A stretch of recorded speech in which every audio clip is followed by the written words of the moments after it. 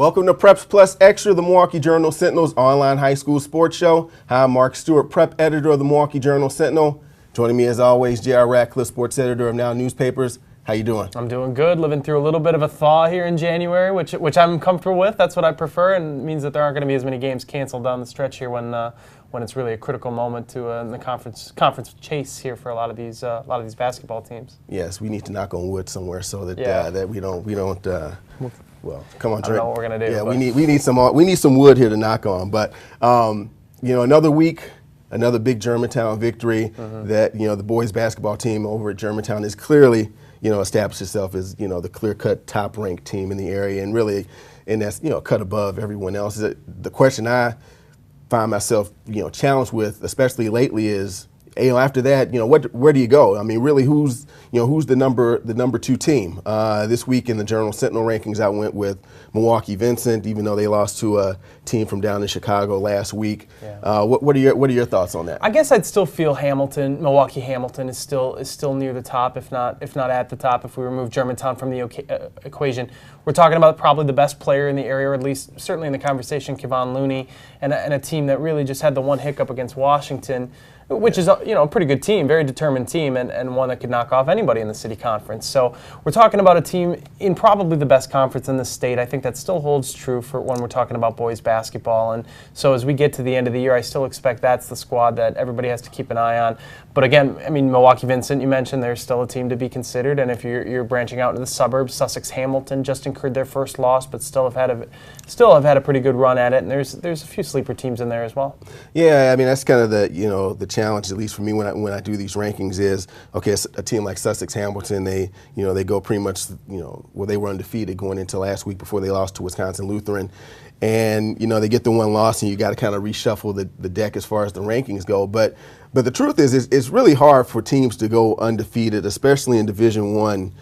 If even the teams that go deep in the tournament at some point, have a hiccup. So teams like we mentioned, Milwaukee Hamilton, Sussex Hamilton, they've got one loss.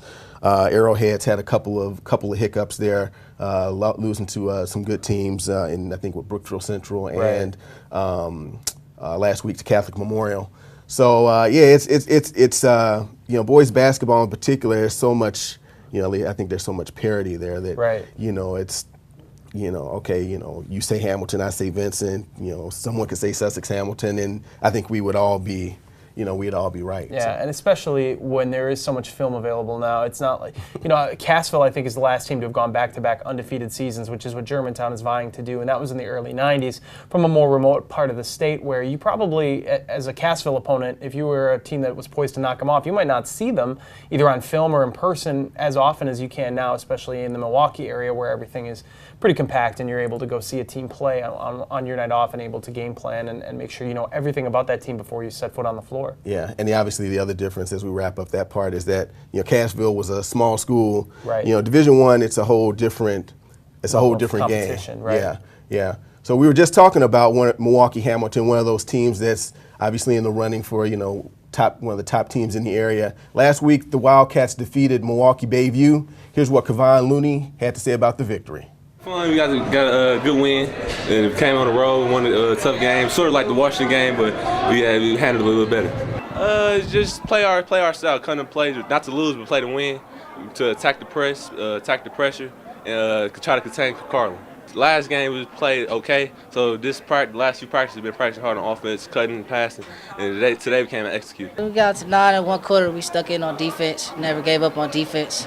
Just keep playing hard until the end of the game, to the final buzzer. So every time you take good shot selections, and if you make it or misses, we have good rebounders, two big guys. So either way it go, we just play with heart. That's all we play with. We play with heart. Well, obviously, Kevon Looney is one of the states, heck, one of the country's, top high school players. Another question, we're both going to have to deal with here in a few weeks, postseason honors, Player of the Year awards, and I know, our coverage areas are a little different, but there's a lot of competition out there as far as, who's going to be the best player in the area. So, I mean, since I'm asking the question, I'll give you first crack at that one. who's in the running in your mind? Well, we don't cover the city conference, and that takes a few people out of the equation from the Now newspaper's coverage area. We do cover Germantown, Luke Fisher. And there's a couple things that jump out about him. One is that he's having a very strong year. I think coming into the year, we all knew who he was, 7-footer, going to the Indiana. So not somebody with a low profile at all, but he's having a great season, and that team has really, 35-point win over Dominican, which is a very good team and a candidate to win the Division IV state title. That just kind of shows what level Germantown is at right now. So as the best player on clearly the best team, Luke Fisher is going to get a lot of consideration. We have a very talented junior class in our coverage area. You look at Riley LaChance from Brookfield Central, Brady Ellingson from Sussex Hamilton. They're doing things they have never done and going undefeated this late in the season and really competing for that Greater Metro title. Reed Timmer, New Berlin Eisenhower, all three of those guys are juniors, all three excellent shooters, excellent scorers, and without those players, those teams are in a very different situation. Yeah, and from my perspective, obviously, Luke Fisher's in the mix. Dwayne Wilson, geez. Sure. I think Marquette, I've seen Buzz Williams at a couple of his games. I think I think he would insert him on the floor and give him some minutes. I don't want to say he's going to, take someone's starting job at Marquette, but he's pretty good as a point guard. And then in the city conference, we talked about Kevon Looney, Deontay Burton. It's going to be interesting for me in the city conference. Who's going to be the player of the year? If Vincent wins the league and they go undefeated, is it going to be Burton who gets the edge, or Kevon Looney, a guy who was the player of the year last year, right, and who has he's got the cachet of Duke being after him, and really pretty much being able to have a chance to punch his own ticket wherever he wants to play in college. So those are a couple things I'm going to be curious, to see how that unfolds. But like I say, it's going to be such a hard decision that I haven't, I'm just withholding, right, judgment and just trying to get a chance to go out and see as many people as possible. Yeah. So. And you got to see that game at Dominican, the Germantown Dominican game. I think they had a capacity of 1,200. They filled it to the gills, even though it ended up being a pretty one-sided game. Big-time curiosity. Wasn't even it was the biggest, but only one of the biggest games in that gym because the girls' team, Dominican, which is having another very good season against Racine Prairie, came down to the wire. Last-second shot, Gabby Ortiz of Prairie won it. The Dominican girls actually lost twice this week. It's a pretty competitive conference, and certainly Prairie is throwing their hat in the ring. Yeah, and one of the heroes from Racine, well, not one of the heroes, probably the hero of Racine Prairie's victory over Dominican on Thursday. Gabby Ortiz hit that last-second shot to give them the victory and really give them control of the Metro Classic Conference. Let's hear what she said about her big shot and the win. Well, yes, it was a big conference game. We wanted to get back. We got an early loss in the season against a great team here, and so we've been preparing all week. We knew it all had to do with defense and rebounding, and we came out and executed on the defensive end, pulled out a great win. In my head, I knew we needed it. I was going to take the last-second shot, and when I threw it up, I knew it was going in.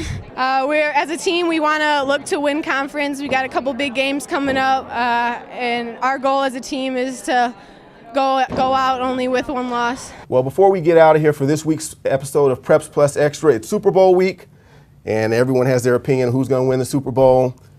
JR, I know you're a football fan. What's your thought? I'll go with the 49ers. I think a team with that talented a defense is going to find a way. I know the Ravens are playing hot right now, but I love Colin Kaepernick. 49ers. If the Packers are going to lose, it's going to be to the Super Bowl champion for the second year in a row. Okay. Well, see, I'm on the Ravens side.